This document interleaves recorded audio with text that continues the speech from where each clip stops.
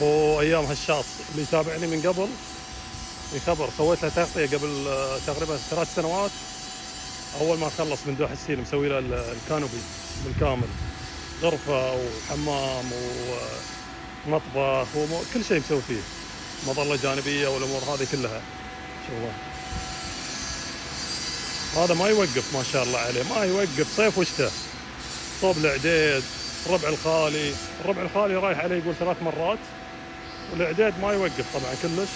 نسوي له تطويلة شاصي، خليني أرويكم الشاصي تقريبا 3 سنوات على التطويلة هذه.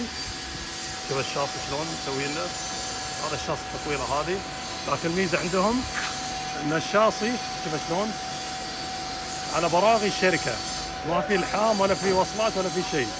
يعني اي وقت تبطل هاي البراغي اللي هني على قواعد الشركة، قاعدة الشركة، خلاص نرجع مثل ما هو الشركة. اموره تمام وشاصي زين، ما في اي مشاكل. يسوي له سيرفس كل فتره وخلاص.